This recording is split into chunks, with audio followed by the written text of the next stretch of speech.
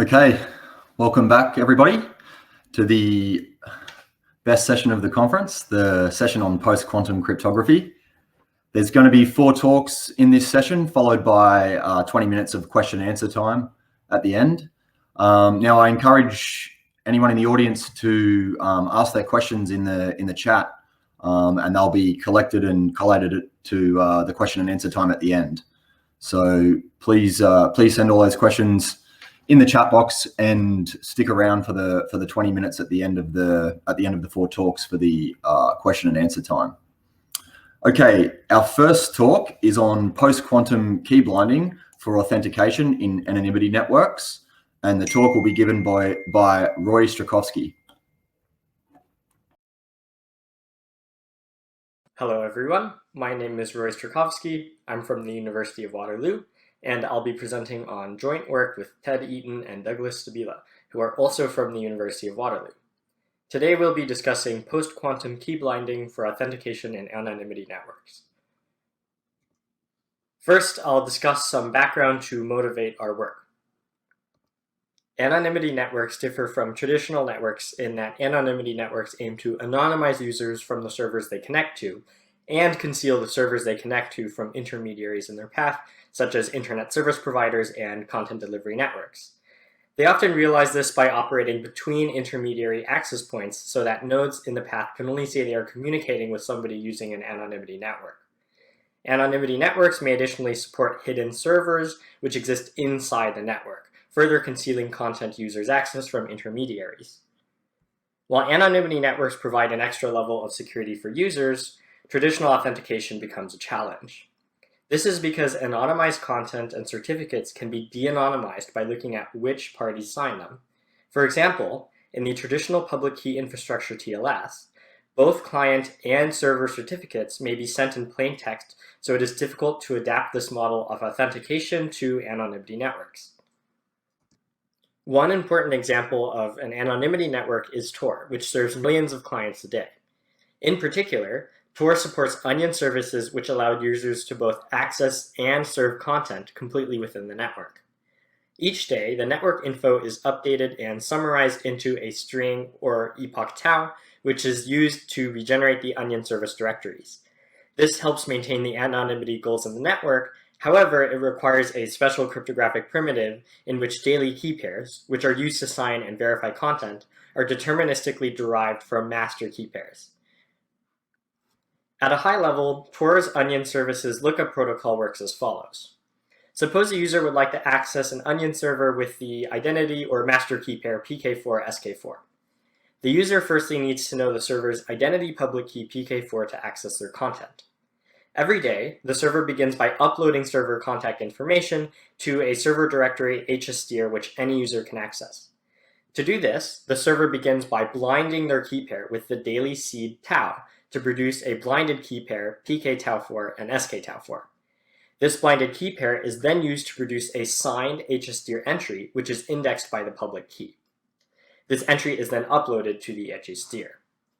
The user, who has knowledge of the server's identity public key pk4, now blinds the public key using the epoch tau to produce pk tau4 and searches the database for the entry indexed by that public key.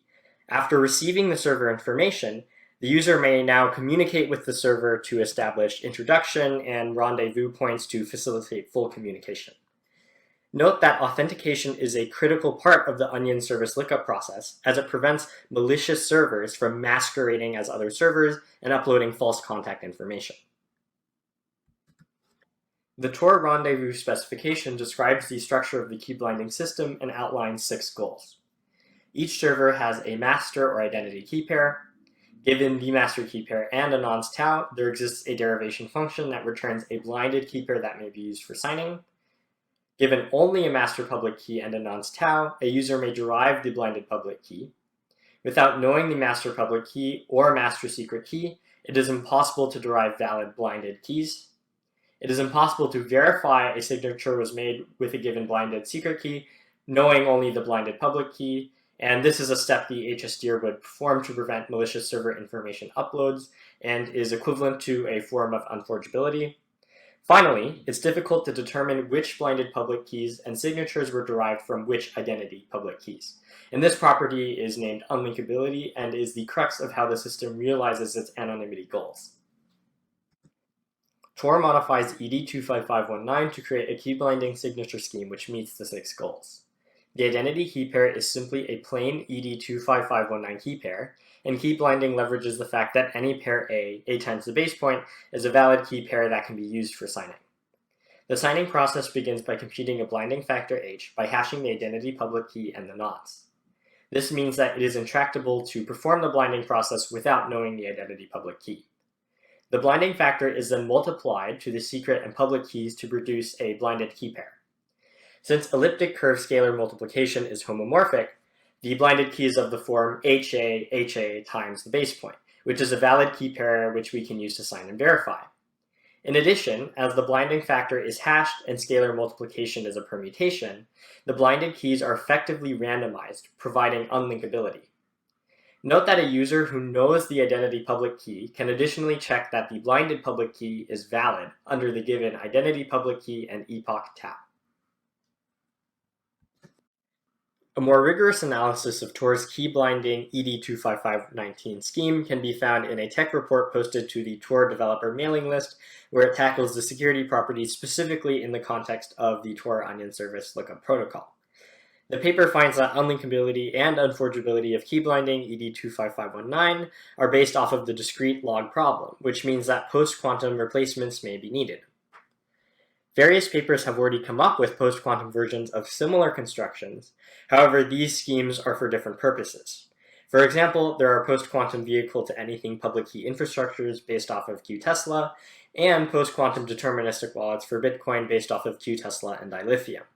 Since Tor's key-blinding mechanism requires relatively few properties and features compared to the similar constructions, this opens up the problem to natural constructions of non-lattice-based schemes. Now we're ready to discuss our contributions. To summarize, we begin by decoupling the security definitions of key-blinding signature schemes from Tor and perform additional refinements. We then provide a generic framework for proving the unlinkability of key-blinding schemes. And finally, we consider 4 post-quantum key-blinding signature schemes and prove the unlinkability and unforgeability in the random oracle model. These 4 schemes are modifications of existing schemes and consist of a lattice-based scheme based off of dilithium, an isogeny-based scheme based off of sci-fish, a zero-knowledge proof-based scheme based off of picnic, and a number-theoretic scheme based off of leg roast. Finally, we provide and compare sample implementations of all schemes except picnic. We first take a look at the results of our sample implementations before diving into the scheme's details. The table shows the relative increase of public key and signature sizes of the key-blinded schemes over the plain unblinded schemes, as well as the increase or decrease in key generation, signing, and verification times. We also show the length of the key blinding process compared to plain unblinded schemes key generation. Finally, we note that the identity and blinded public keys are the same size for the schemes we list here, so we don't distinguish between the two. Looking at the key blinding version of dilithium, we can see that the public key size increases by a factor of 1.3, while the signature size remains the same in the key blinded and plain schemes. While key blinded key generation and verification are faster than the plain scheme, for reasons we'll discuss later, signing time observes a 3 times increase. Key blinding time is also very fast compared to the plain scheme's key generation. Moving on, key blinding sci-fish is the most competitive scheme and boasts identical size and timing results to a version of the plain scheme. Finally, key blinding leg roast observes similar public key sizes and key generation time. However, the signatures are about 1.4 times larger, and the signing and verification processes both take 1.5 times longer than the plain unblinded scheme. We now formally define key blinding signature schemes. A key blinding signature scheme delta consists of 4 algorithms. Keygen generates an identity key pair SK-PK. Blind PK takes in an identity public key PK and epoch tau and deterministically generates a blinded public key PK tau. Sign takes in a message, identity secret key SK, and epoch tau and deterministically or probabilistically generates a signature sigma for a message M using the identity secret key SK and epoch tau. Finally, verify takes in a message, signature, and blinded public key PK tau and accepts if the signature is valid under the message and epoch used to generate PK tau. Otherwise, it rejects. Furthermore, a user with knowledge of the identity public key can additionally verify that the blinded public key was really generated from the identity public key in a given epoch. The two security properties we desire from key blinding schemes are unforgeability and unlinkability.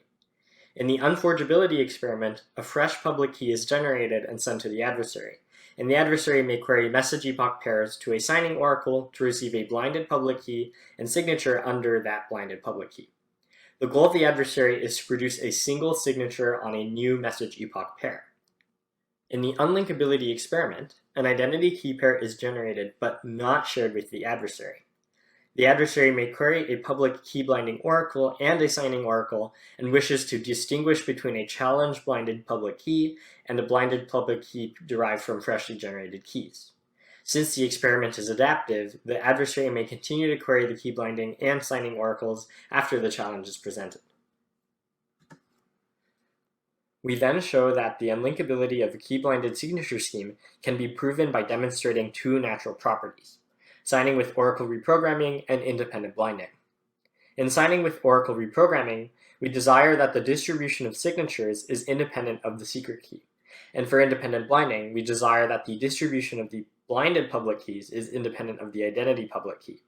The bound shown is a key result of our unlinkability proof framework. We finally begin discussion of our proposed schemes and start with the lattice-based scheme. Here, we review a simplified version of the plain unblinded lattice scheme. Key generation consists of sampling a matrix A, sampling short secret vectors with coefficients less than eta, and computing the public key T equals AS1 plus S2.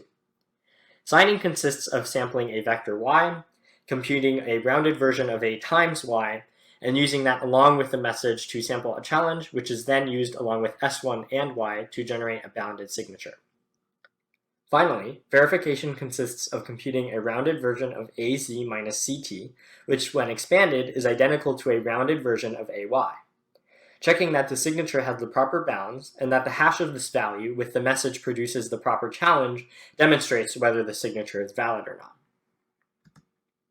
Adapting this simplified lattice-based scheme to support key blinding leverages the observation that the sum of two public keys is equivalent to a new public key with freshly sampled secrets. This key blinding process uses a homomorphic property of the public keys to resample new valid public keys, though with larger secrets in this case. So, signing and verification require little modification. In this sense, key blinding a lattice-based scheme is similar to key blinding ED25519. Since the blinding mechanism only changes T, the A matrix must be the same for all parties in the network to maintain anonymity. As a result, the A matrix is set as a network parameter and does not need to be sampled or expanded every time it is needed. This is why we observe the decrease in key generation and verification times.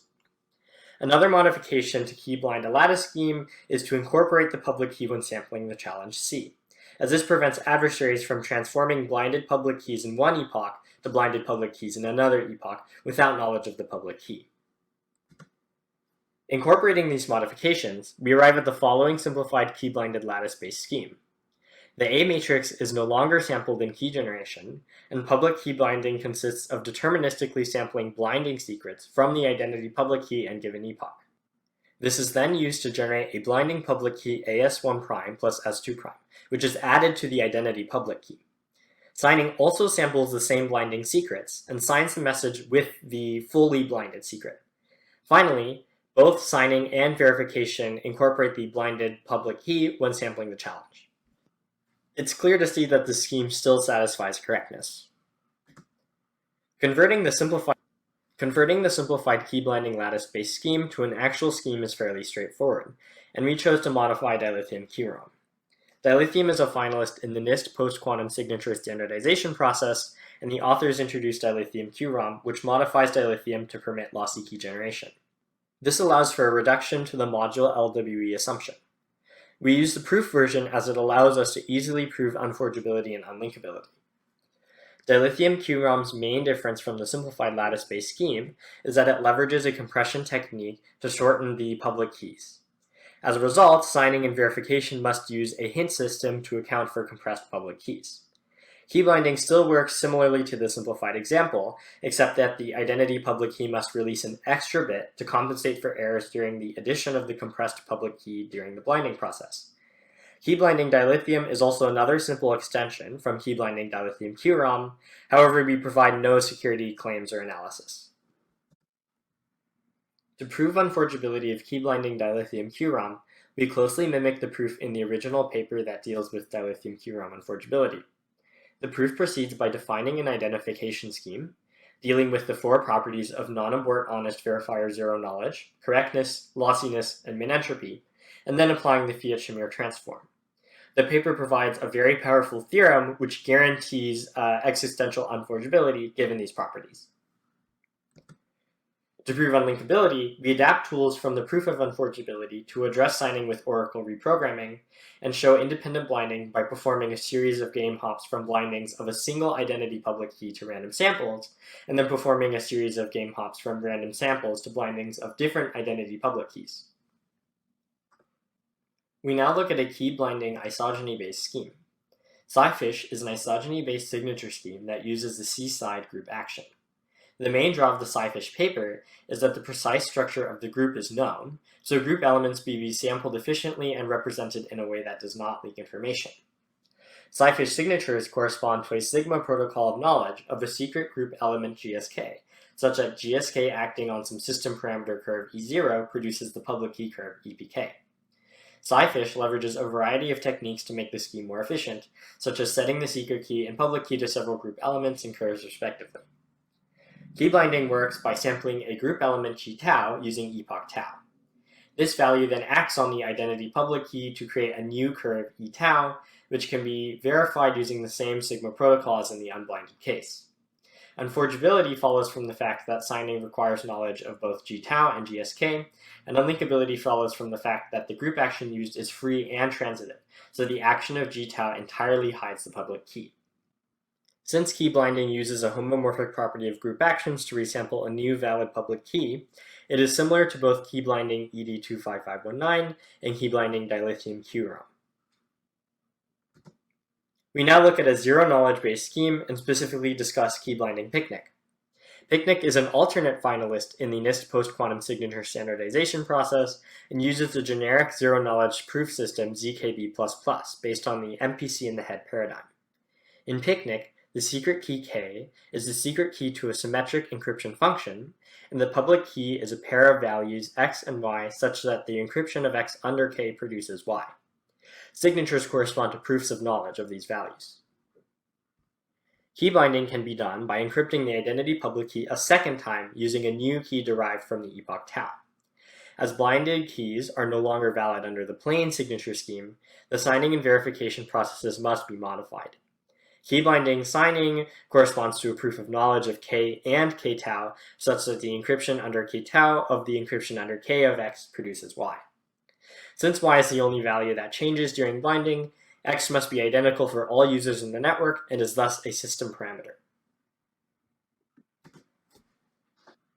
The final scheme we propose is number theoretic and is based off of the Legros signature scheme. Legros adapts Picnic to use the Legendre symbol as a symmetric pseudo-random function. Because the Legendre symbol is a group homomorphism, the signature leverages an interesting technique to only require a proof of knowledge of one multiplication, making the scheme a lot more efficient than other zero-knowledge-based schemes. Key blinding also leverages this homomorphic property. However, blinded keys are no longer valid under the plain Legros scheme, so the zero-knowledge proofs must be drastically modified to prove knowledge of both the secret key and the blinding factor. We now move to re-summarize and conclude our work. So, what did we do? We considered the problem of building post-quantum key-blinded signature schemes to be used for authentication in anonymity networks, and have shown 4 different ways it can be achieved. In addition, we provided a framework for reducing unlinkability to 2 simpler properties, and finally, we implemented all schemes except for Picnic and observed a small performance impact compared to the unblinded versions. We hope that you found the topic and our results interesting, and thank you for attending the talk. If you're interested in more details, the full paper is available at the link shown.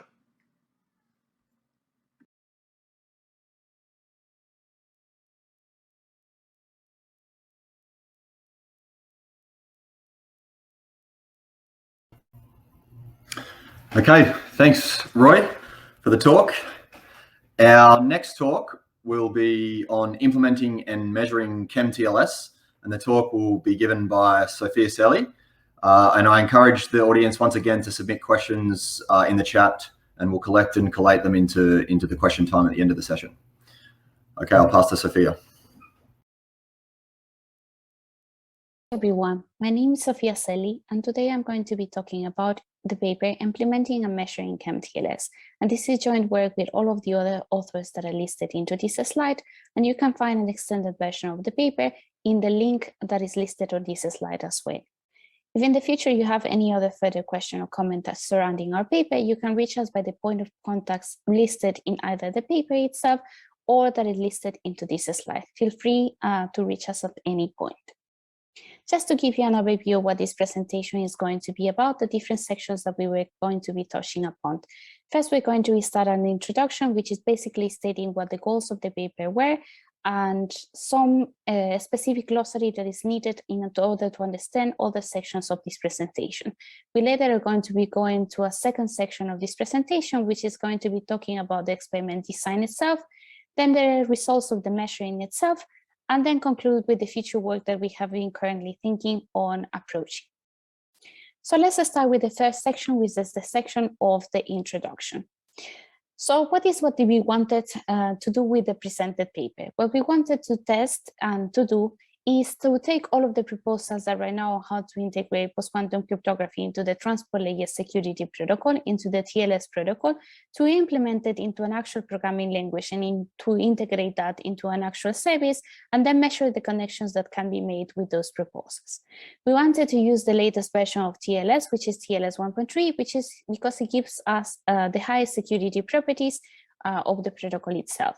What TLS gives us security properties is basically confidentiality, authentication, and integrity. And we wanted to add post-quantum protections that achieve a full post-quantum security, mainly that achieve post-quantum confidentiality, post-quantum authentication. It is worth noticing that one cannot achieve full post-quantum confidentiality at the moment, because that will be required further changes on the way that the public key infrastructure, the PKI, works, because in order to send a full certificate change that it's indeed post-quantum protected, one will have to change the way the PKI currently works in order to support certain post-quantum algorithms. So what we wanted to do? We wanted to integrate the different proposals on how to add post-quantum cryptography in the TLS handshake. And we wanted to use the first proposal, which is to use a Pqtls handshake or to use a KEMTLS handshake. And in the next slides, I'm going to be explaining what Pqtls is and what KEMTLS is. And we wanted to compare these two proposals from an implementation perspective, and also from the impact into the network itself that these proposals can have. The building blocks, therefore, in order to build this experiment was the TLS 1.3 handshake and the usage of a delegated credentials, in which I'm going to be talking the next slide, which is basically a mechanism that allows us to not be touching the whole certificate chain in order to add post-quantum authentication in a TLS 1.3 handshake. We wanted to use the KEMTLS handshake, as I already said, and the Pqtls handshake, as I have already said. And furthermore, we wanted to use the specific algorithms, mainly the post-quantum KEMs and the post-quantum signatures. So what is basically this mechanism of a delegated credentials? By its acronyms, which is DCs. A delegated credential is a short-lived credential that gets signed by the n-entity certificate of a certificate chain. So usually in certificate-based authentication of a TLS 1.3 handshake, you will be sending a full certificate chain which contains a root certificate and X amount of intermediate certificates and an n-entity leaf certificate. You will be sending that in a TLS 1.3 handshake in order to achieve certificate-based authentication. Because we couldn't modify this certificate change, because we would have to need to modify the way the PKI works and to further ask the certificate authorities to implement post-quantum algorithms, and we couldn't do that. At the moment, we wanted to use this delegation mechanism, which uses the NNTT certificate and creates and signs this short-lived credential that can be used in place of the certificate itself during the execution of the TLS handshake. And it is worth noticing that if you create a delegated credential, you can add any kind of new algorithm to it because it will be accepted. And that is the way that we found on how to integrate post-quantum cryptography to the authentication part of the TLS 1.3 handshake. If you want to learn more about delegated credential, you can follow the link that is listed into this slide. So what is the Pqtls handshake? Basically, Pqtls handshake can be thought of as a one-to-one mapping, mainly where you have, for example, signatures in order to achieve authentication and a TLS 1.3 handshake. You will be replacing those with post-quantum signatures. Where you have key exchange algorithms, you will be replacing those by post-quantum KEM algorithms in order to achieve confidentiality. This means that there's not much of a change into the way that the TLS 1.3 handshake itself works, but that rather you're replacing the classical algorithms with their post-quantum counterparts. On the contrary, KEMTLS is another proposal that was first defined by Stebila, Schwabe, and Wiggers in its paper around KEMTLS. And basically what it aims is that instead of using post-quantum signatures in order to achieve authentication in a TLS 1.3 handshake, what it's going to be using is post-quantum KEMs. And the way to achieve authentication is that if both parties arrive to the same shared secret, then you are assured that indeed you are talking to the correct party that you're supposed to be talking. It is worth noticing that KEMTLS have a little bit of a limitation because it adds an extra half round trip for server-only authentication and a full round trip for mutual authentication, which can have an actual impact in real-world connections of a TLS 1.3 handshake. Because of this, there's already a proposal on how to make the KEMTLS handshake reduce the number of round trips that it has to execute. And this proposal is called KEMTLS PDK, but basically use pre-distributed keys in order to reduce the number of round trips that KEMTLS needs to have generally. So let's go for the second part of this presentation, which is just talking about the experiment design itself. So the first thing to note is that in the industry, there has already been some experimentation with post-quantum cryptography, but most of the time it has focused on the confidentiality part of the TLS 1.3 handshake, meaning the key exchange algorithms that are used in the TLS 1.3 handshake, and there has not been really experimentation on the authentication part of a TLS 1.3 handshake. And this is one of the first proposals that indeed shows of this scale of an experiment that tries to test if quantum authentication can be achieved in a TLS 1.3 handshake by comparing, as I say, a Pqtls handshake with a KEMTLS handshake and with a KEMTLS PDK handshake, as I already said in some previous slides. So how we go about implementing this? The first thing is that, of course, we needed to implement all of these proposals on how to add post-quantum cryptography into a programming language. And we decided that the programming language in order to implement all of this proposal was going to be Golang. And what we did is to also make Golang aware of the different post-quantum algorithms, and we arrived to this by compiling the Golang TLS library with a circle library that is the library that's a library that has different cryptographic algorithms, including the post-quantum algorithms. And we just added these algorithms to the Golang library itself. We further integrated delegated credentials to the TLS part of the Golang codebase, and we also integrated Pqtls and KEMTLS, including the pre-distributed version, to the TLS 1.3 handshake implementation that is written in the Golang codebase. And if you want to find the implementation, how it looks like, you can find it in the link that is listed into this slide. If we want to actually see the actual timings of different algorithms, we have listed here some of the classical algorithms and the timings, and some of the post-quantum algorithms and the operation timings. As we can see, most of the post-quantum algorithms are relatively performing okay, except for example for Psyche, because the decapsulation times are too big, to have too many operations, and it actually shows in the timings itself of the algorithm. Okay, so now we have actually implemented post-quantum cryptography into the programming language itself and in the TLS stack of this programming language. Now we needed to target an internal service, a service that could provide us that we could compile with this Golang version, and then that we can use to establish connections between one point and another. And the service that we found that was useful for us to change in order to integrate this new post-quantum TLS handshake was the DRAND network, which basically stands for this distributed randomness beacon. And it's basically a service that provides verifiable randomness to anyone who is requested it.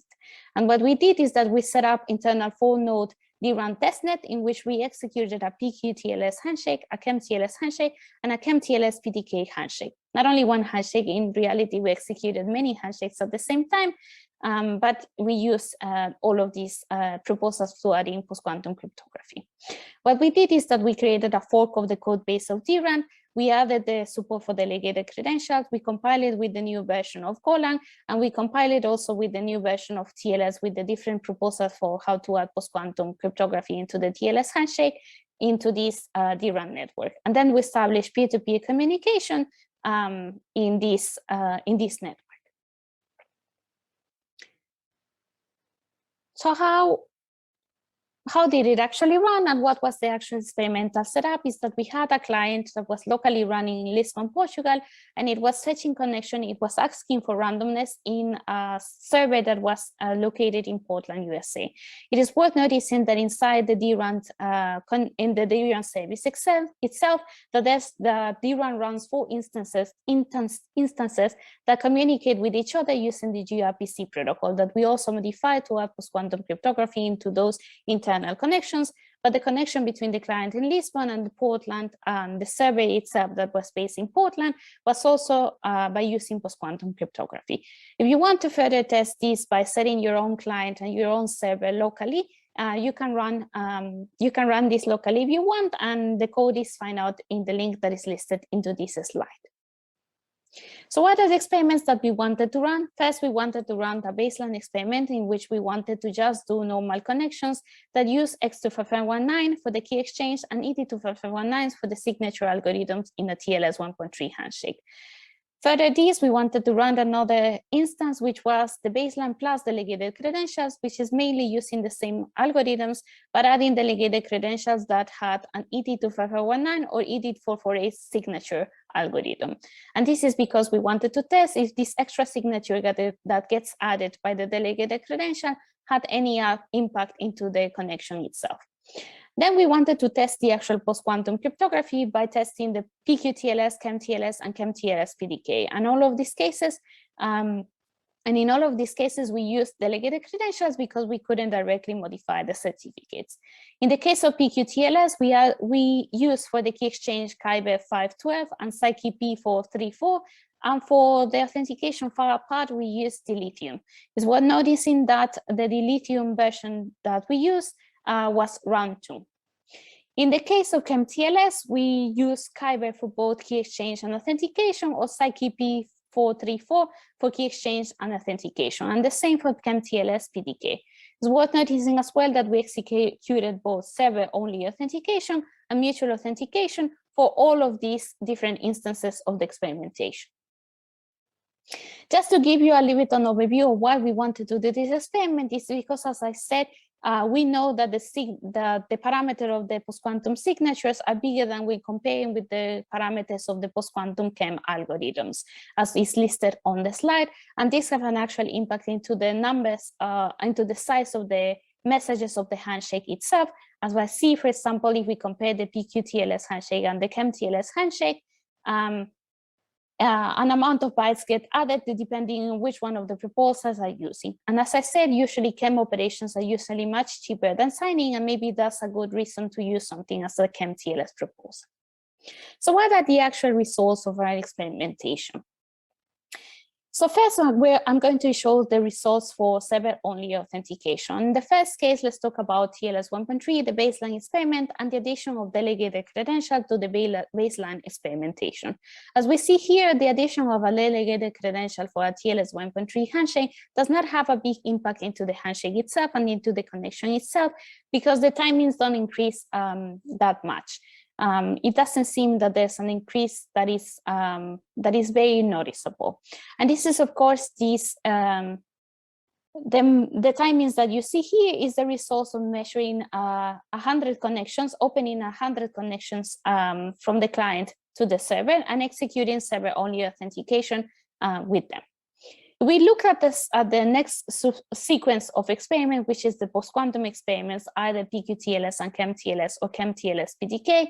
Is here that we started to see the difference, the notable difference between the two proposals.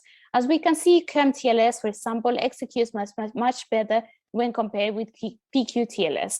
But it's worth noticing that an important differentiation needs to be taken into account, because in Pqtls, a server can immediately send application data on the third flight, while in KEMTLS, because of the other extra round trip that gets added to the TLS 1.3 handshake, the server can only send application data in the fourth time, which means that it has to be waiting a little bit in order to be able to be sending application data. The most of the impact into KEMTLS and Pqtls seems to be of the choice of the algorithm, because as we see here, Psyche performs not so great when compared to all of the other post-quantum algorithms. The ideal case for server-only authentication seems to be KEMTLS PDK, because in KEMTLS PDK, it achieves a good timings, and indeed the server can start sending application data at the third flight, which is similar to what the server does in a regular TLS 1.3 handshake. So this seems to be the ideal case of adding post-quantum cryptography when trying to achieve server-only authentication. In the case of mutual authentication, again, if we compare a TLS 1.3 handshake and a TLS 1.3 handshake when we add delegated credential, there doesn't seem to be much of a difference, even though what we're adding is an extra signature and an extra verification time in order to verify the signature. If we compare again Pqtls and KEMTLS, we will see that again, the measurements depends on the kind of algorithm that is chosen, and in the case of using something as Psyche, then this is the one that performs not so great when putting into our actual connections. So it seems that the choice of algorithms is really important when putting into an actual network protocol. In this case, it's also worth noticing that we didn't execute the pre-distributed version of KEMTLS because we had some limitation or implementation at that point. And furthermore, maybe in some future work, we can indeed add this pre-distributed version of KEMTLS for mutual authentication. If we compare Pqtls and KEMTLS in this proposal, now for mutual authentication, we see that the best case is indeed using Pqtls because the server can send application data at the same time as with a TLS 1.3 handshake, and the execution time of the handshake doesn't seem to be that bad when comparing with a baseline experiment. In the case of KEMTLS, the number of round trips do impact the timing of completion of the handshake, and therefore it doesn't seem feasible to be using KEMTLS for mutual authentication. But if indeed we implement in the future something as KEMTLS PDK, maybe that will actually show us that indeed in a pre-distributed mode, KEMTLS can be used. It is worth noticing here that, of course, pre-distributed modes of KEMTLS are the best case, but that means that at some point in time, maybe an execution of a handshake with KEMTLS should have been executed in order to be able to cache the keys in order to avoid the extra round trip, or maybe the keys should be pre-installed in the server that is trying to perform a KEMTLS handshake.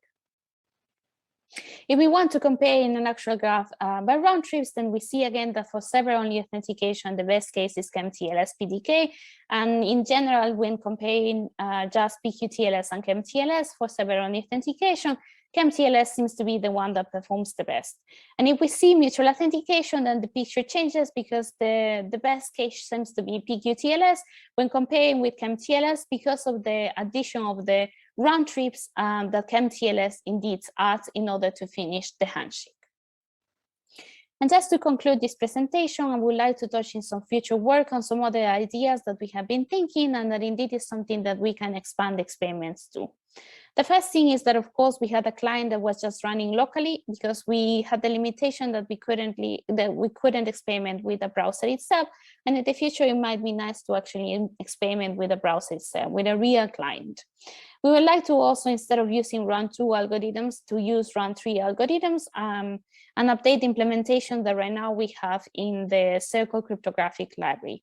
It will be worth also adding a hybrid mode to any of these confidentiality or authentication authentication algorithms, because maybe that's what in the real connection at the beginning, when we transition to post-quantum cryptography, we will be doing. There exists already a standard for how to add a hybrid key exchange. There's no standard on how to add a hybrid authentication because maybe it's not needed, but maybe indeed this is something that we can experiment in the future. And of course, it will be good to experiment that instead of using this delegated credential mechanism, that we'll be using something as a certificate chain, a full post-quantum certificate chain, in order to achieve authentication in the TLS 1.3 hash.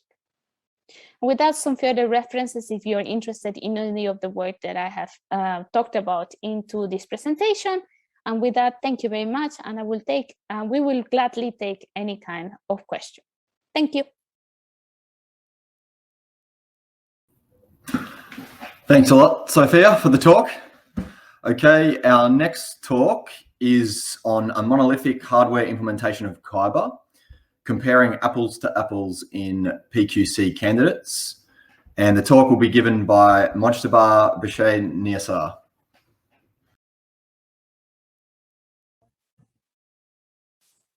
Welcome to the presentation of the paper, A Monolithic Hardware Implementation of the Kyber, Comparing Apples to Apples in PQC Candidates. My name is Mojtaba Bisheh-Niasar, and this is a joint work with Reza, Azarderakhsh, and Mehran Mozaffari-Kermani. In this presentation, we have a brief introduction about the post-quantum cryptography and different implementation strategies. After that, we'll present our proposed architecture to implement Kyber over ASIC platform. After that, we'll see our implementation results and we'll compare our result with previous works. At the end, we have a conclusion. Let's start with the motivation of this work. As you know, the classical crypto systems such as the RSA and ECC will be broken .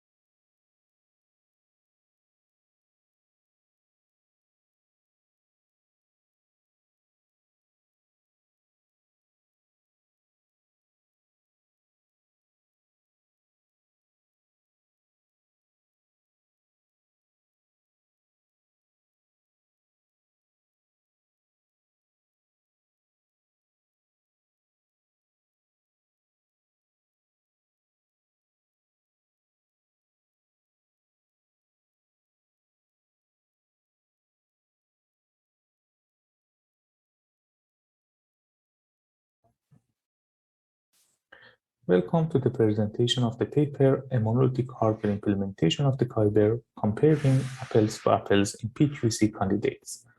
My name is Mojtaba Bisheh-Niasar, and this is a joint work with Reza, Azarderakhsh, and Mehran Mozaffari-Kermani.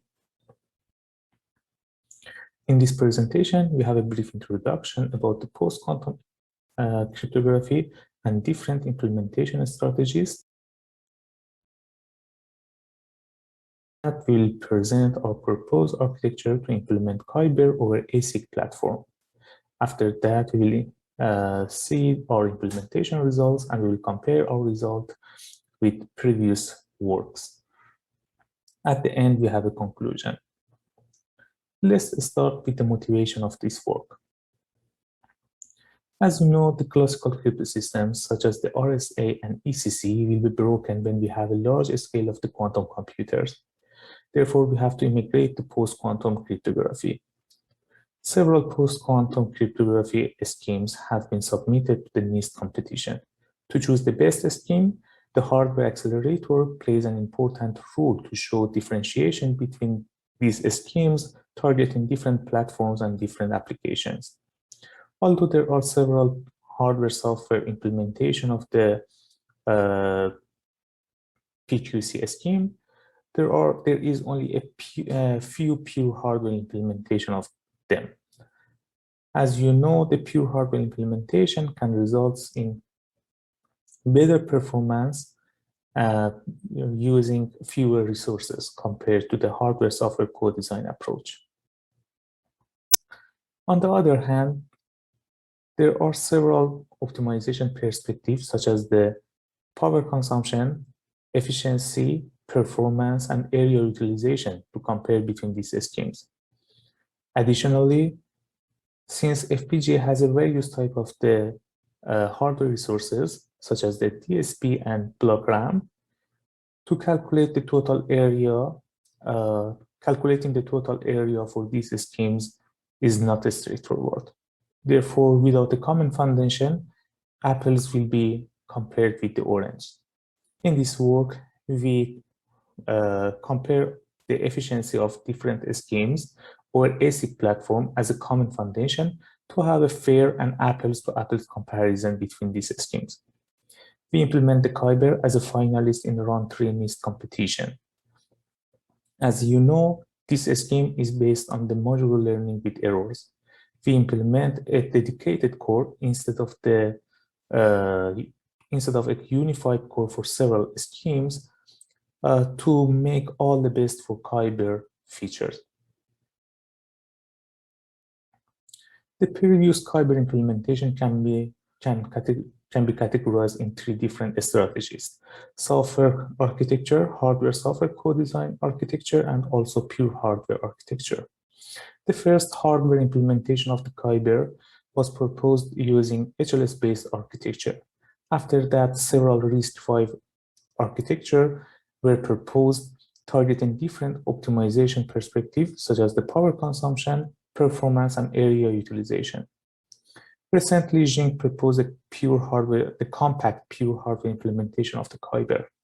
Our research team also proposed the fastest design for the Kyber using highly optimized entity core. We also proposed an instruction set architecture for Kyber to increase the flexibility of the pure hardware implementation, to integrate with other schemes to generate a hybrid crypto system. This figure shows an estimation of performance and resource utilization of the Kyber implementation targeting different platforms. As you can see, hardware accelerator can reduce the latency of the Kyber by absorbing the catch-up latency and other operation. You can see also that that pure hardware implementation can significantly result in better performance compared to the hardware-software co-design, and also it needs fewer resources by abstracting the controller. In this implementation, we proposed the Kyber key exchange mechanism over ASIC platform. We propose an efficient entity core using a reconfigurable architecture, which can be used for both entity and inverse entity operations. Our implementation can result in higher throughput using fewer resources compared to the previous works. We also implement the highly parallel architecture, which can absorb the latency of the catch-up and sampler units.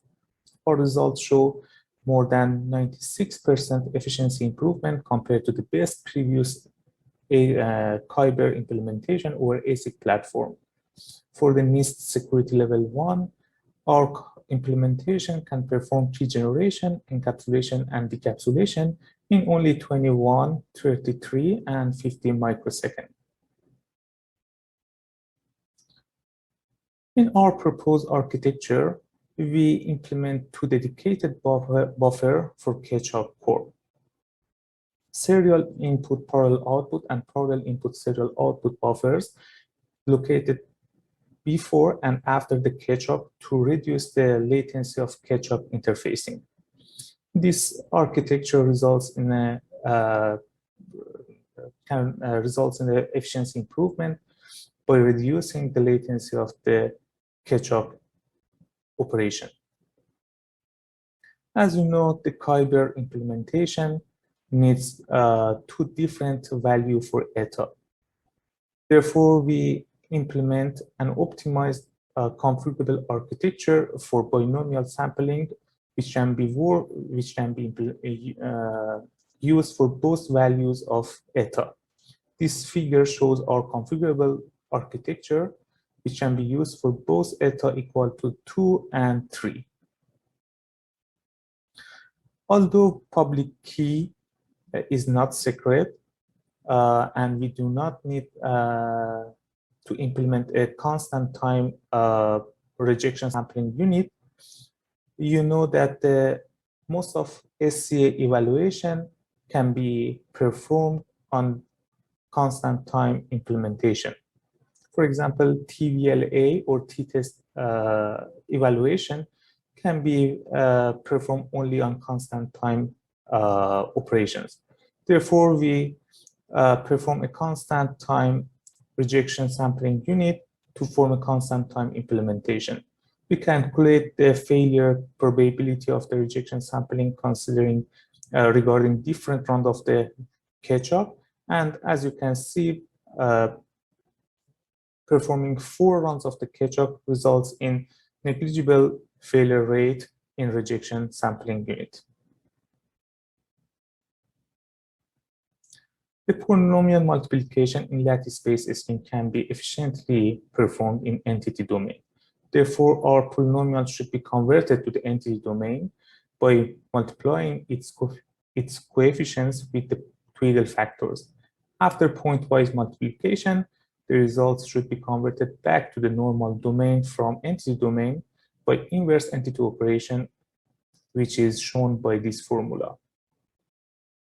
There are 2 different butterfly configurations which can be used for entity and inverse entity operations. The data flow graph for pointwise for polynomial multiplication of degree 8 is shown in this figure. As you can see, performing CT butterfly for entity operation and GS butterfly configuration in inverse entity operation can avoid the bit reverse permutation in polynomial multiplication and results in better performance. Therefore, we use a configurable butterfly core to have both these configurations.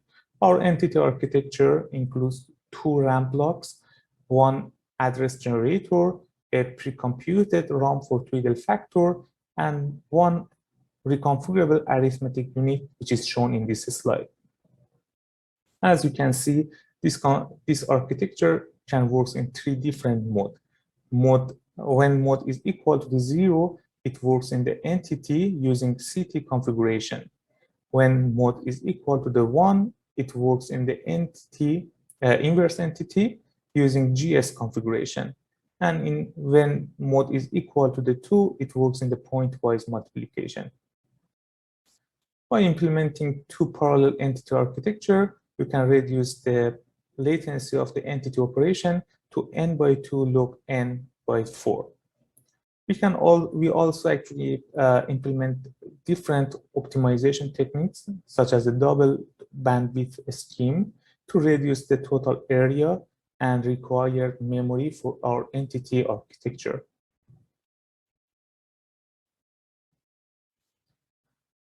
Our results for 65 nanometer technology over ASIC platform is shown in this table. Our design is based on the VHDL and is synthesized by Synopsys design compiler. To calculate the total time, we assume that key generation can be performed offline. Therefore, we only add the encapsulation and decapsulation operation. Considering the NAND gate specification in 65 nanometer library, we calculate the gate equivalent of our architecture to have a fair comparison with the other works regardless of their technology. As one can see, our implementation for the Kyber in the NIST security level 1 needs only 95 kilo gate equivalent and 10 kilobytes SRAM. This implementation can perform encapsulation and decapsulation in 83.9 microseconds, working on 200 megahertz.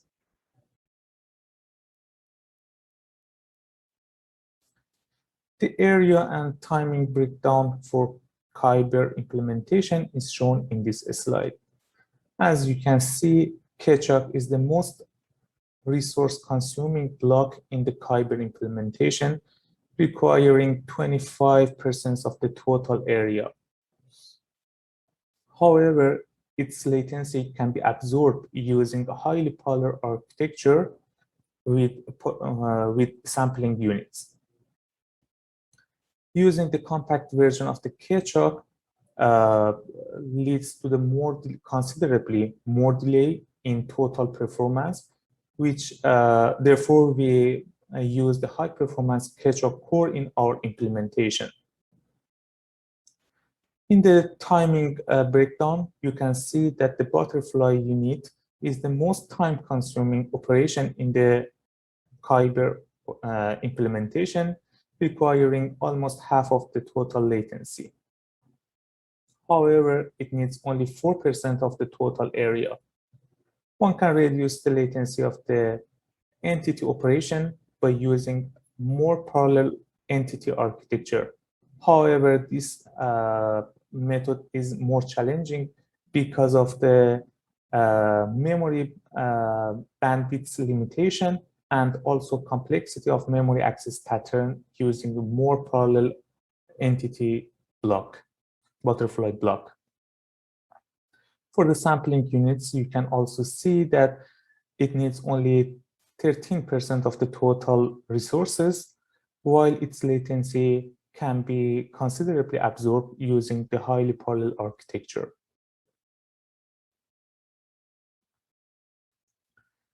In this table, we compare our entity implementation with the other hardware-based entity implementation of the Kyber. As one can see, our entity implementation needs fewer resource cycle count compared to the most of the previous work. However, there are two faster work in this table. Jing architecture needs shows 70 times speed up compared to the R design in terms of the cycle, while it needs more than 100 times resources compared to our entity block.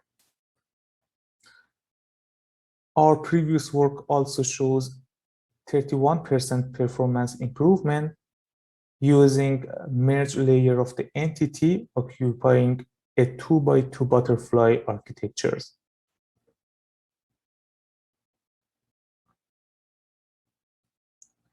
This figure compares the Kyber performance using different platforms. As one can see, our proposed ASIC architecture shows almost 3 times slower compared to the Intel Core i7 CPU working at 3.5 GHz. However, our ASIC implementation shows more than 600 times faster compared to the Cortex M4 discovery board working at 24 MHz. This speedup can be achieved using the highly parallel architecture in our hardware implementation.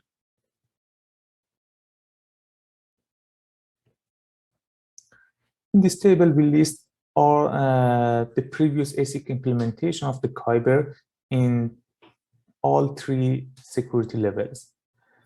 We also report their area utilization in gate equivalent to have a fair comparison between different schemes. As one can see, our implementation needs fewer resources compared to all previous works. You can also see that our design is fastest design compared to the previous work.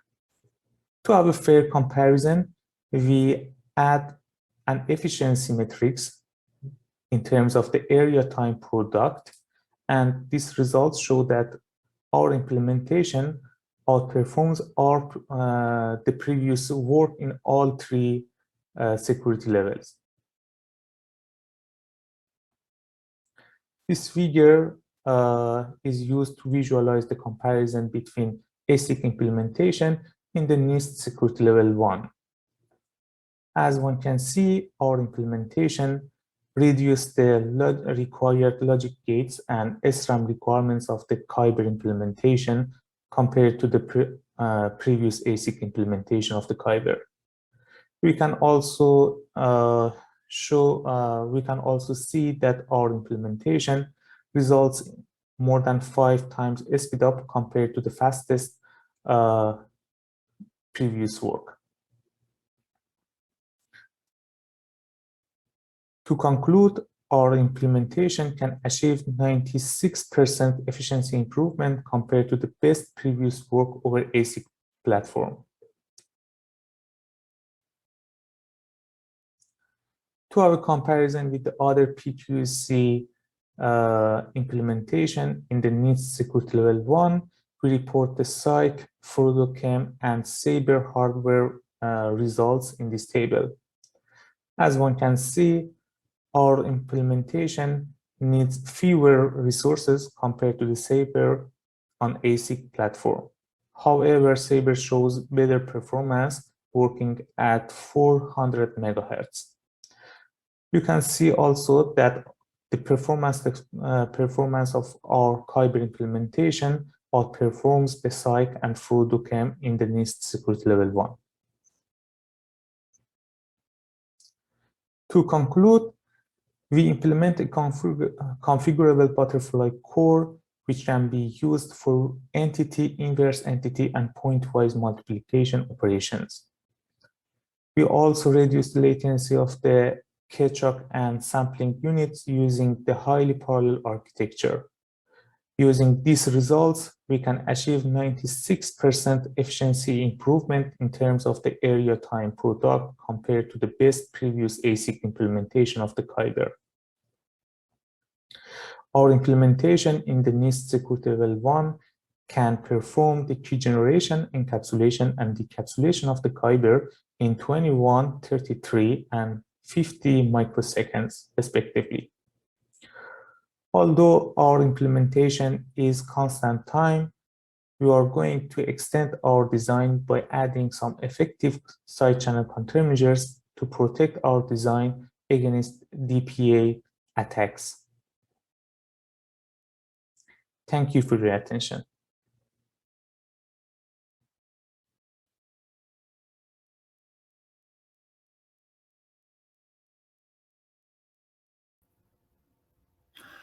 Okay, thank you, Mojtaba, for the talk. The first part of that talk was so good that I wanted to hear it twice, so that's what we did.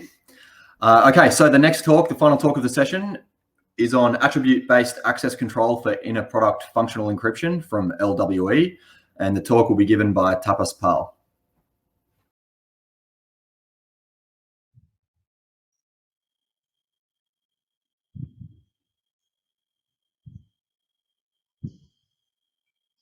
Hi, I am Tapas Pal from Indian Institute of Technology, Kharagpur, and today I'll be presenting on attribute-based access control for inner product function encryption from NWE.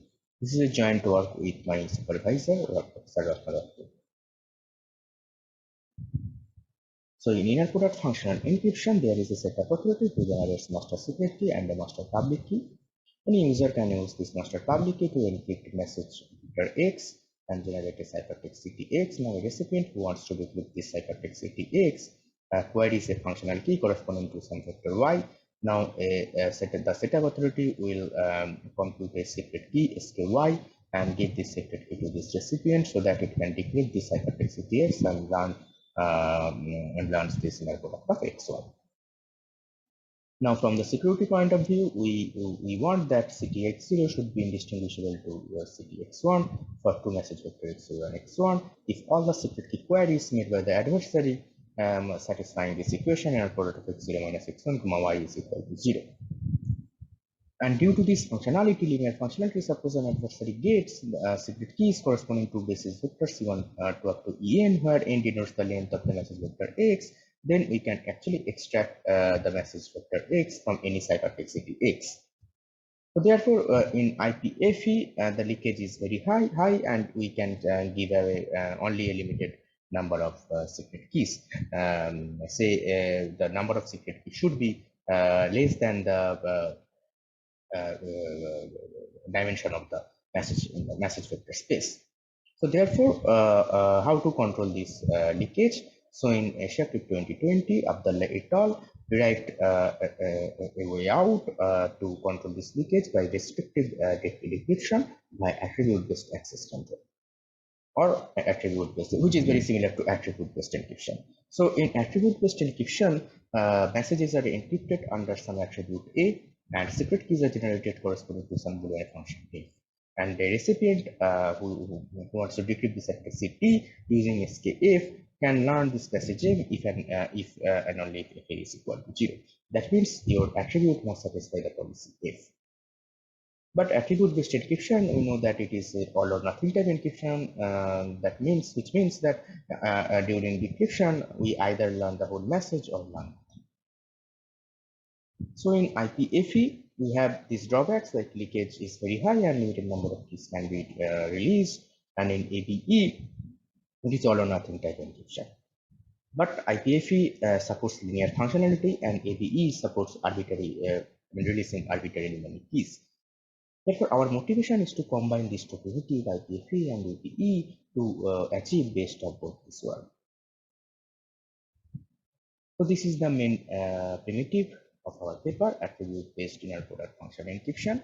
In attribute-based inner product function encryption, or ABIPFE, message vector X are encrypted under some attribute A, and secret keys are generated corresponding to a tuple F, Y, where F is a Boolean function and Y is a vector. Now, during decryption, we only get the inner product of XY if our attribute is satisfied by the policy F.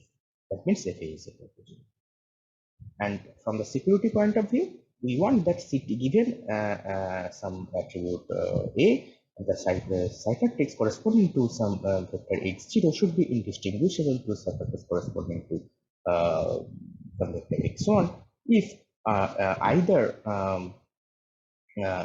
our attributes should not be satisfied by the policy F, or if it satisfies, then we should get this relation like inner product of X0 minus X1, Y is equal to 0. So in the first case, when FA is equal to 1, the decryption is not successful. But if decryption is successful, we always want the condition that X0 minus X1, Y is equal to 0. And hence, in ABIPFE, we have linear functionality, and we can also support arbitrarily many keys similar to the attribute-based encryption. So let us see some special cases. Suppose if A is equal to 0 for every A, then it is simply IPFE. And if our message vector S is a payload, then it is attribute-based encryption. And a special case is that when our policy function F is equality test function. That means we encrypt message vector with respect to some identity ID, and we generate secret keys corresponding to some identity ID hat. So our decryption will be successful if ID equal to ID hat. And this notion has been recently explored by Abdullah et al. In Asia 2020.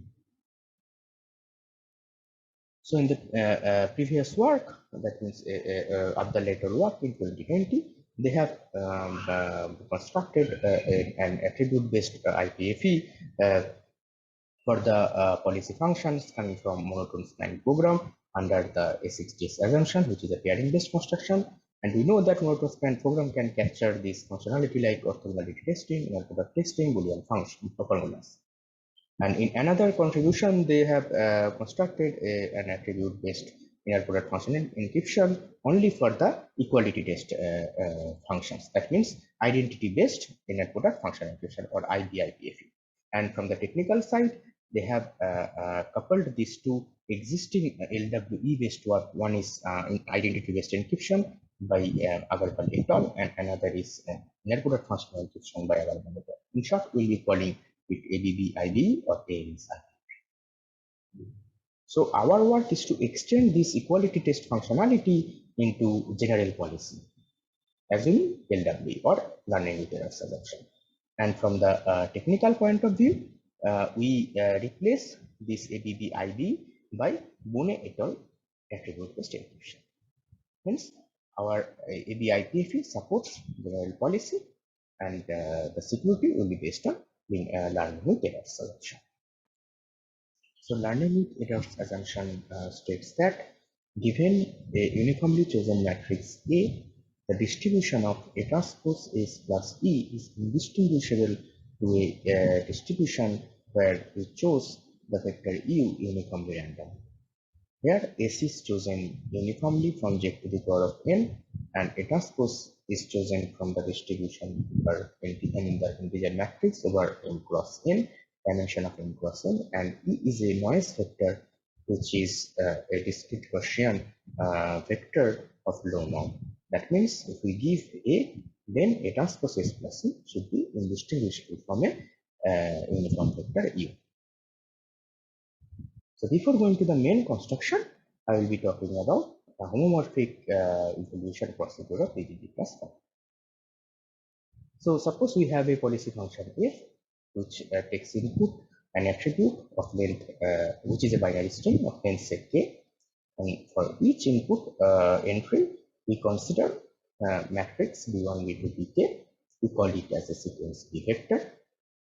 Given f and b, there is an encoding function encode f, which outputs another matrix bf, and given b and an attribute a, there is another encoding function encode a, which outputs a matrix bf. Now, suppose we have a Rejef encryption of 0 under this public matrix ba, then we can convert this Rejef encryption into another Rejef encryption of 0 under the public matrix bf, if f of a is equal to 0. So in our construction during setup, we also consider a lattice trapdoor TA corresponding to the matrix A and a public matrix D, where TA is a basis for the orthogonal space of A. So therefore, master secret key is TA and everything else is public. So to generate secret key corresponding to some function and vector y, function f and vector y, we compute RF times of y, where RF is computed by these two steps. First, we apply the encoded function and get a public matrix BF. Then we generate another matrix RF, which is a low norm matrix satisfying this A concatenation of BF is equal to D, using the trapdoor function TA and a lattice sampling technique, which is called sample length. And while encryption, we encrypt an attribute A corresponding to and a message vector X. So the ciphertext consists of these three vectors C0, C, and Cx. First, we apply the encode a function and get a public matrix PA. Then we compute C0, which is an Rejef encryption of 0 under this public matrix A, and CA is the encryption of 0 under public matrix BA, and Cx is the Rejef encryption of the message vector X under the public matrix D. So during decryption, we assume that FA is equal to 0. We know that if FA is equal to 0, then we can use the convert algorithm to convert CA into CA. Then we compute y transpose of Cx minus RFY whole transpose into C0 concatenation of CA. Here we ignoring the noise terms, so we get dy transpose S plus y transpose of X minus RFY whole transpose A concatenation of BF whole transpose of S. So we now rearrange the last term so that we get this A concatenation of BF times of RF. And we know that from the secret key that A concatenation of BF times RF is equal to D. Hence, the last and the first term will get cancelled out, and we will be left only the input of X and Y. So in the security proof, so game 0 is the honest computation, honest generation of the master secret keys and master public keys, as well as the secret keys and the ciphertext. Here we assume that A star is the challenge attribute, which is given by the adversary before seeing the master public key, as well as the adversary will give a attribute accepting function F star, such that F star of A star is equal to 0, and we assume that all the queries the adversary will make to the key generation oracle must satisfy if A star is satisfied by that function, then that function must be equal to F star. Otherwise, F will not be equal to F star. Therefore, adversary can query the key generation oracle with only accepting function F star. Hence, adversary is submitting F star and A star before the setup phase. And all the other queries should not be satisfied the attribute A star. Okay, so this is the restriction where we are imposing on our security game. So in game 1, we first program the public matrix D. So we compute B F star corresponding to the only accepting function F star, and write D as D equal to AZ1 plus B F star times of Z2, where we pick Z1 and Z2 from this discrete Gaussian distribution with parameter rho, and this is the change in the master public key. So D, if we can rewrite, you see that D can be written as a concatenation of B F star times Z1 Z2, and we call Z is equal to Z1 Z2, and Z will be our secret quantity. That means it will be used during the key generation. Now we note that since whenever F is equal to F star, we don't need to apply the sample left algorithm. We can use Z instead of RF by sample. So we will be setting RF star is equal to Z whenever F is equal to F star. And if F is not equal to F star, then we know that F of F star equal to 1. In that case, we will apply the sample left algorithm using the transfer P. Now, indistinguishability follows from the fact that the distribution of A, Z1 and D1, where first we choose D1 randomly and then applying a sample P algorithm, we will find another matrix Z1 such that A Z1 equal to D1. This distribution is statistically indistinguishable to this quantity like A Z1 and A Z1. So here we pick Z1 from the distribution below, which is the discrete Gaussian distribution, and then we set D1 as AZ1. Now this has been studied before in the lattice-based constructions, and since D1 is uniformly random and D1 is equal to AZ1, therefore we can rewrite D equal to D1 plus B F star times of Z2. And since D1 is uniform, therefore D is also uniform, as it was in game 0. Hence, game 0 and game 1 are indistinguishable. So now in game 2, we set Bi as ASI times of AI times G, where G is the gadget matrix, which is a high norm matrix. Here, SI is a low norm matrix. Let's say the entries are coming from plus minus 1. Now, indistinguishability follows from the fact that A, ASI are statistically indistinguishable from A, uniform matrix E from the left one as well. And this implies that Bi equal to ASI plus AI times G are also uniform. Hence, game 1 and game 2 are indistinguishable. In game 3, we note that if we set Bi equal to ASI plus AI times of G, then there is an evolution procedure by which we can compute a matrix SF satisfying A SF plus G if f of A star is equal to 1. And this and in that scenario, we can instead of applying sample left, we now apply sample right algorithm, and we sample the matrix RF satisfying A concatenation of A SF plus G times RF is equal to B. And this can only happen if f of A star is equal to 1. And we know that from the security game, from the game restriction, that f can only query, adversary can only query with f comma y such that f of A star is equal to 1, and if f of A star is equal to 0, then f is equal to F star. And in that case, if when f is equal to F star, we will simply use RF star, which is equal to Z. Now, indistinguishability follows from the fact that the distribution, if you compute BF using encode F, which is same as AX plus of G.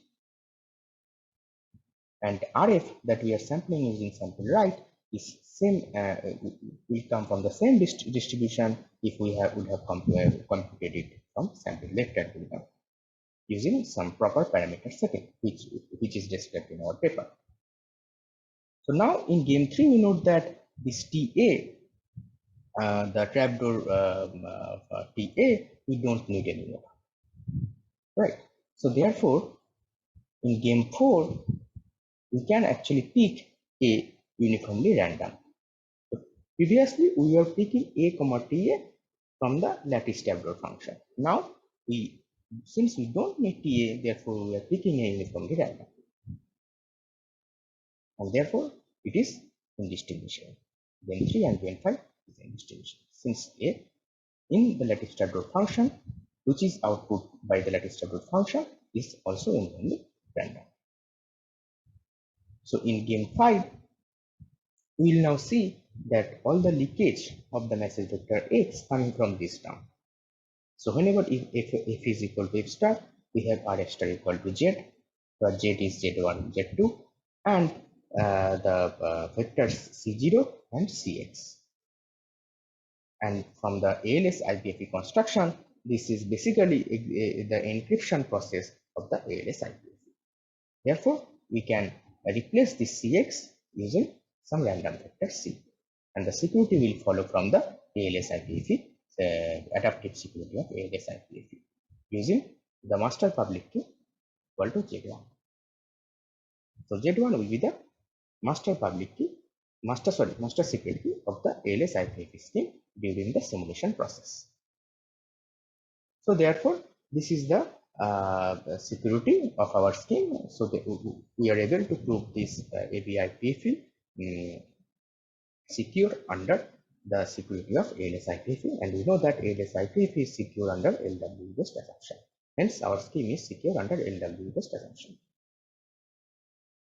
We have also extended our single input ABI-IPFE into a multi-input ABI-IPFE. In multi-input ABI-IPFE, there are n number of users, say U1 to up to UN, and each user is having encryption key EK1 to up to EK1. So user I will encrypt a message vector XI under some attribute AI and give this CT1 to up to CTN to the recipient. Now the recipient will query for a secret key SK FI YI I belongs to S, where FI YI are the function here. And during decryption, using this secret key, it can aggregate all these ciphertext CT1 to CTN to learn summation of inner product of XIY or I belongs to S if all the attributes AI are satisfied by the functions AI. So in our generic construction, so let us assume we have ABI-IPFE, which is a single input ABI-IPFE. Now we see how to achieve multi-input ABI-IPFE. So in the setup phase of multi-input ABI-IPFE, we run the setup of algorithm of the single input ABI-IPFE n times, and we will get MSKI and PKI, and also we will be sampling random vectors CY, which are basically the encryption key EKI. So during encryption, we will encrypt the message vector XI by adding the encryption key EKI. That means we will apply the encryption algorithm of ABI-IPFE using message vector XI plus CY under the attribute AI. And the key generation process is the, it is a repetitive key generation of underlying single input ABI-IPFE. That means corresponding to each FIYI will be generating a single input ABI-IPFE key SK FIYI, and also will be computing summation of inner product of UIYI. Now decryption. In decryption, using SK FIYI, will decrypt each ciphertext CTI, and we can obtain inner product of XI plus UI, YI. And this step will follow if FI at AI is equal to 0 for every I belongs to S. Now we can subtract Z, and now message, which is summation of inner product of x and y. So in conclusion, our work, we built an attribute-based access control in inner product function encryption. First, we built a single input scheme, then we extended to a multi-input ABI-IPFE scheme. The security is based on LW assumption, and from the technical side, we generalizes the framework of the later from identity-based encryption to attribute-based encryption. That means IBIPFE to ABIPFE. So an open problem in this area is to construct ABIPFE with adaptive security from LW-based assumption. Thank you. I hope that if you have any question, we will discuss during the conference. Thank you.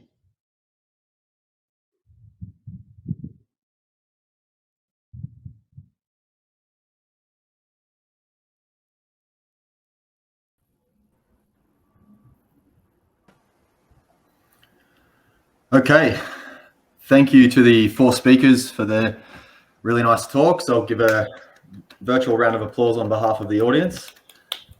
Thank you. Thank you all. So we were asking for questions from the audience while the talks were on. We've only had one question from the audience, and we've got about 15 minutes of question time left. So I'm going to turn this into something different, but we'll ask the question from the audience first, and then we'll ask some. I'll be asking some more questions of the 4 speakers. So the question from the audience was from Alejandro Javier, and this question is for Sofía. He says, "Nice talk. Did you look at KEMTLS in terms of power in brackets energy consumption?" Yes. So thank you for that question. So we didn't look in this paper, and also in the original KEMTLS papers, they didn't see this. But the most of the impact should be in the choosing of the algorithms themselves. Specifically, for example, if we're looking at post-quantum signature algorithms, the most impact that one should see is on the verification times of the signature, or in the terms of the post-quantum KEMS, it should be in the decapsulation times. So definitely something that we should look in the future. So maybe that's a road for collaboration that we can open there. Okay, thanks, Sofía. Okay, so we've got a fair bit of time left, and no more questions from the audience. So I thought I'd do something in our remaining time that was also done at the CTRSA conference this year. Instead of questions directed from the audience to the speakers, I thought I'd turn this into somewhat of an impromptu panel. So our 4 speakers are going to be the 4 panelists, and I've got a list of questions here. We'll see how far we get through the questions, but the 4 of you are now on a panel, and just like the cryptographers panel at CTRSA each year, where there's always 4 cryptographers in the chairs on the stage who are asked questions. One of the questions that are asked of those cryptographers is to highlight or name their favorite paper or work from the previous year, and also the most impactful or important work from the previous year. So in this case, it doesn't have to be from the last year. It can be from the last few years, and perhaps with a geared towards the area of post-quantum, which is what this session is about. And so, yeah, that's my first question to the panelists, is to list their personal favorite work or paper, and the paper or work that they think is most impactful. I'll start and say that my personal favorite work is the work Value Square Root that was at ANTS from Bernstein, DeFeo, LaRue, and Smith. And the most impactful or important work in recent years, I think, is the OQS, the Open Quantum Safe project, that's collecting a lot of these implementations. Okay, so we're going to go in order of the speakers, in order of the talks. So I'll direct the question to Roy. Yeah, sure. This is really difficult because I'm still relatively new to, I guess, the cryptographic community. So Feel free to pass too, if you like. It's okay to pass because this is impromptu and you weren't expecting it. Yeah, this might be a little before the past year, but I remember being very impressed when two papers came out in relatively close succession of proving the Shamir transforms security in the QROM without the lossy assumption. So that was really interesting to see two papers suddenly come out with different techniques to address that. Nice, thanks. Okay, Sophia. Okay, so on the first one, something that has been really interesting over the last years is the papers that have been trying to approach on how to add post-quantum security to any of the network protocols. Of course, the KEMTLS, the reduced version. There's a lot of experiments looking at the TLS handshake. There's people looking at the NSSEC and how to add post-quantum signatures there. There's some people looking at SSH or WireGuard, so those papers are definitely worth looking at. Something that has been really interesting also last year was this idea of actually having a signature with isogenies, which is SQI sign by Luca De Feo et al. And that's a really interesting paper as well. Thanks. Okay, Mojtaba. Okay, thanks of all. I would actually thank you for your interest in the first part of my talk. Yeah. But I believe that the most important, it's not actually paper, it's actually a talk. The most important work in the post-quantum crypto is actually the recent talk from which actually propose an efficient quantum algorithms that can break the lattice-based crypto. So I'm really actually interested to see the paper, and of course it's actually very heavy and full of the math, but I'm actually so interested to read it and actually figure out what's happened for the lattice-based crypto. So yeah. Cool, good answer, thank you. And Tapas? Yeah, thank you. So I'm working in the area of function encryption. So I'll be listing one of the paper from Crypto 2016. So it was by Sweta Garbal, Benito Libert, and Damian Stele. It was the first paper on adaptively secure inner product function encryption.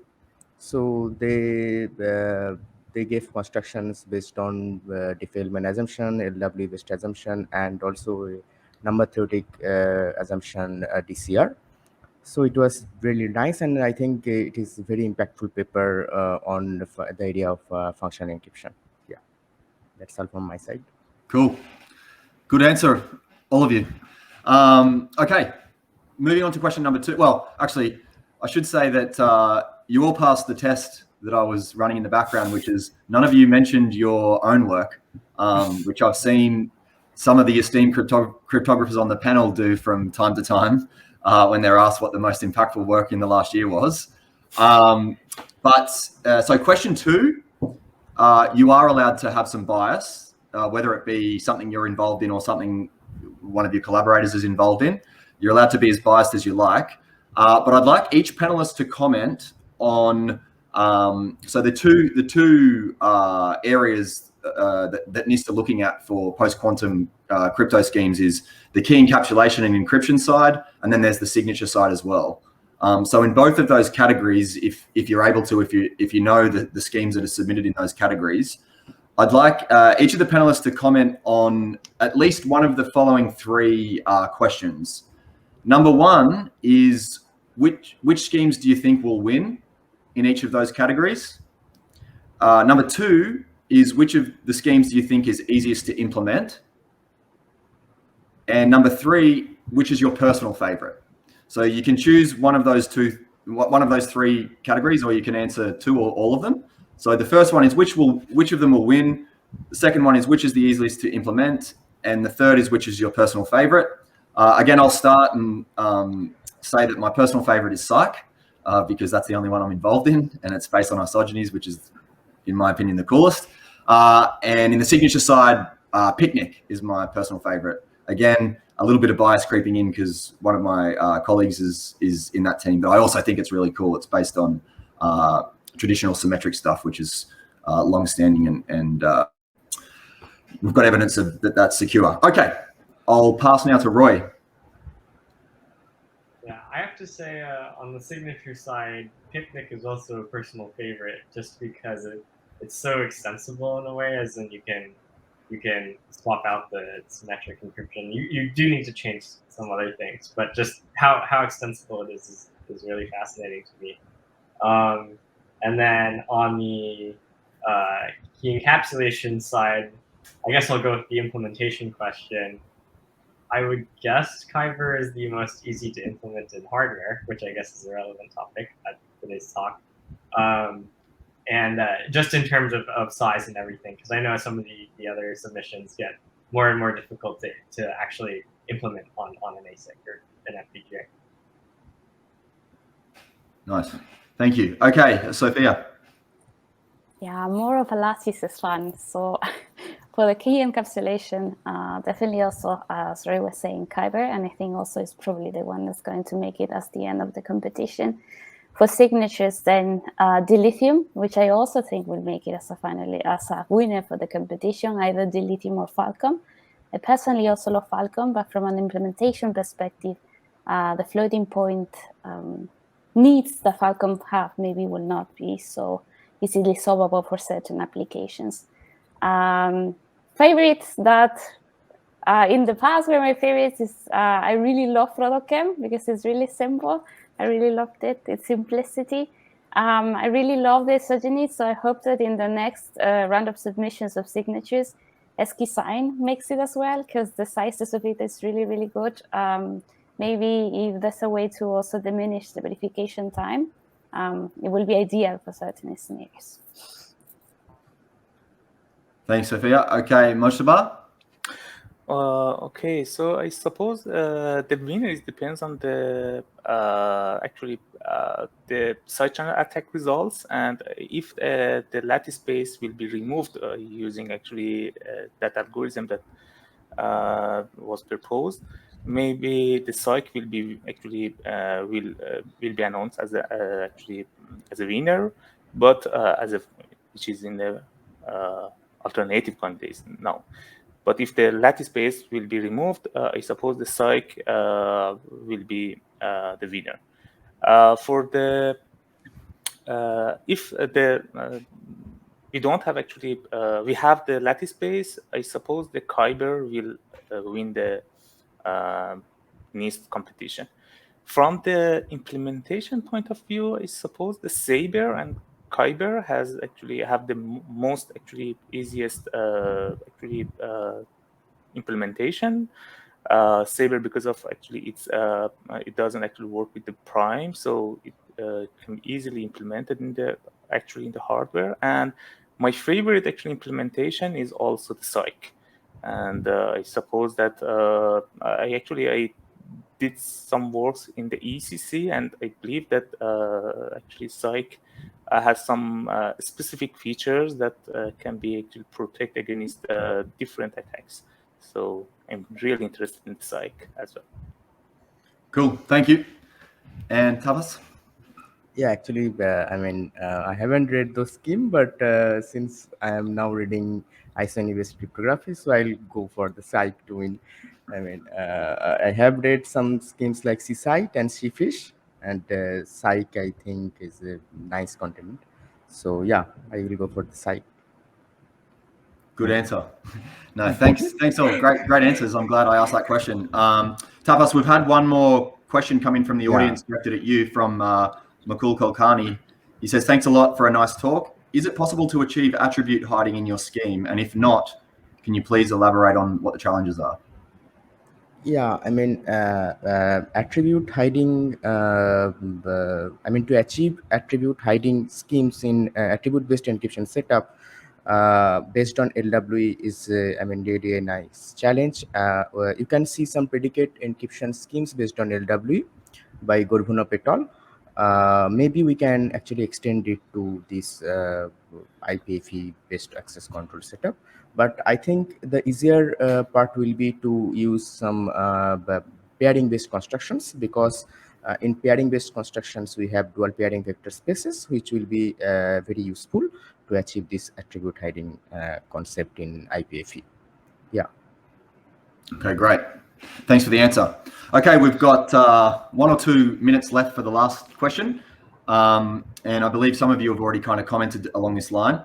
But if NIST reopened the call for new proposals, is there anything that you'd like to submit? So if they open both key exchange and signatures, is there anything new that you'd like to submit, or any tweaked versions of the submitted protocols that or not that you'd like to submit, that you'd like to see submitted? And in my case, I'd like to see the AES version of Picnic submitted, the banquet, which changes out the low MC symmetric stuff and replaces it with AES. I think that's an interesting line of research. Okay, very quickly, Roy, anything that you'd like to see submitted? Yeah, I'd have to agree with that, and then also possibly Sci-Fish. Cool. Sofía?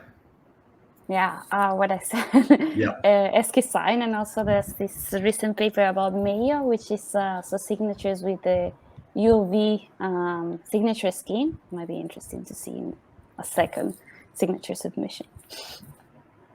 Cool. Mojtaba? For the NIST, it's not actually related to the submission to this NIST, but I really actually interested to see more papers about the hybrid crypto system for the transition to the post-quantum schemes. Cool. Okay. And Tapas? Yeah, I mean, for NIST submission, I don't have really that kind of work, but still I will like to see more advanced crypto system to be submitted to NIST. Cool. Okay, that brings us to the end of the session. Thank you all again. It's never easy to be on a panel, especially when you're not told in advance that you're going to be on one. I think the answers were really good. So thanks all again for your panel work and for your nice talks. So I just remind the audience to come back tomorrow for the next session at 7:30 a.m. Bogota time. And thanks again for your attention. Okay. Thank you. Thank you. Bye.